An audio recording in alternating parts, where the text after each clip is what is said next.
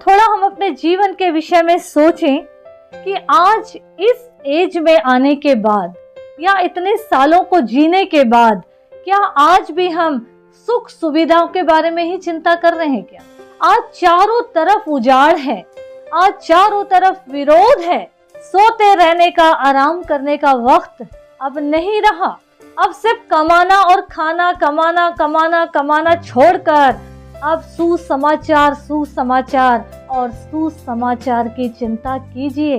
आज थोड़ा ध्यान करिए कि कौन से जगह बंजर है, कौन सा फलवंत है, कहाँ बीज बोना है वचन रूपी। आज ये सब छोड़कर हम किस में लगे हैं कि हमें घर बनाना है, हमें गाड़ी खरीदना है, हमें इतना बजट बनाना है, इतना करना है, ऐसा करना वैसा करना। अगर हम इसी काम में लगे हुए हैं तो संसारिक सुविधाओं को बटोरने में अगर लगे हुए हैं, जो प्रभु के वचन को किनारे कर दिए, परमेश्वर के नाम को फैलाना किनारे करके आज संसार की सुख सुविधाओं को जुटाने में लगे हैं, तो ऐसों के लिए आज वचन क्या कह रहा है? इतना कमा रहे हैं, इतना सहेज रहे हैं, बटोर रहे हैं, लेकिन पेट नहीं भर रहा। कमा कमा के छेद वाली थैली में डल रहा है, मतलब उस कमाई में आशीष ही नहीं है। इतना कमा रहे, फिर भी लग रहा है कि कहाँ जा रहा है। क्यों? क्योंकि प्रभु के लिए हाथ नहीं खुला है, प्रभु के कार्य के लिए नहीं लगा रहे, संसार के पीछे लगा रहे। 9वें पद में लिखा है, तुमने बहुत उपज की आशा रखी, परंतु देखो थोड़ी ही है, और जब तुम उसे घर ले आए तब मैंने उसको उड़ा दिया। जब तुमने बहुत चीजों की आशा रखी और जब देखे कि थोड़ा ही है और जैसे तैसे वो घर पे ले आए, तो उस पे प्रभु की भी आशीष नहीं रही। सेनाओं का यहोवा की ये वाणी है कि ऐसा क्यों हुआ? क्या इसलिए नहीं?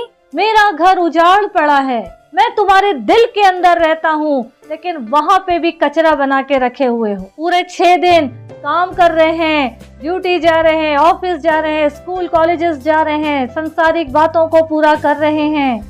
आज तो संडे है और संडे आराम करने का दिन है। इसीलिए प्रभु बोल रहे हैं कि तेरे साथ ऐसे उजाड़ क्यों हो रहा है, जरा सोच। मेरा भवन उजाड़ पड़ा और तुम में से प्रत्येक अपने अपने घर को दौड़ा चला जाता है, अपने मनमानी में लगे हुए हो। प्रभु कह रहे हैं इसी वजह से कि तुमने मुझे इग्नोर कर दिया, तुमने मुझे भुला दिया है, इस कारण आकाश से ओस गिरना और पृथ्वी से अन्न उपजना दोनों बंद है। आज तुम्हारे लिए मेरे आशीषों का हाथ रुक गया है। 11 पद में लिखा है, मेरी आज्ञा से पृथ्वी और पहाड़ों पर और अन्न और नए दाख मधु पर और ताजे तेल पर और जो कुछ भूमि से उपजता है उस पर और मनुष्यों और घरेलू पशुओं पर और उनके परिश्रम की सारी कमाई पर भी अकाल पड़ा है, श्राप पड़ा हुआ है, आशीष नहीं। कितना भी संसार संसार संसार कर लो, कितना भी कुछ मनमानी कर लो, प्रभु ने अपने हाथों को रोक दिए हैं। प्रियो, आज हमको ये बोलना चाहिए, चाहे मेरे जीवन में सुख हो, दुख हो, कुछ भी हो, तो भी मैं यहोवा के कारण आनंदित और मगन रहूंगा।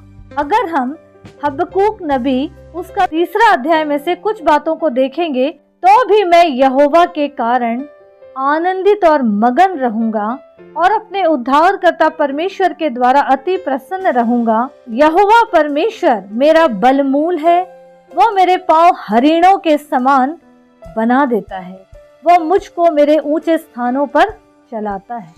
वचन कहता है, परंतु यहोवा अपने पवित्र मंदिर में है, समस्त पृथ्वी उसके सामने शांत रहे।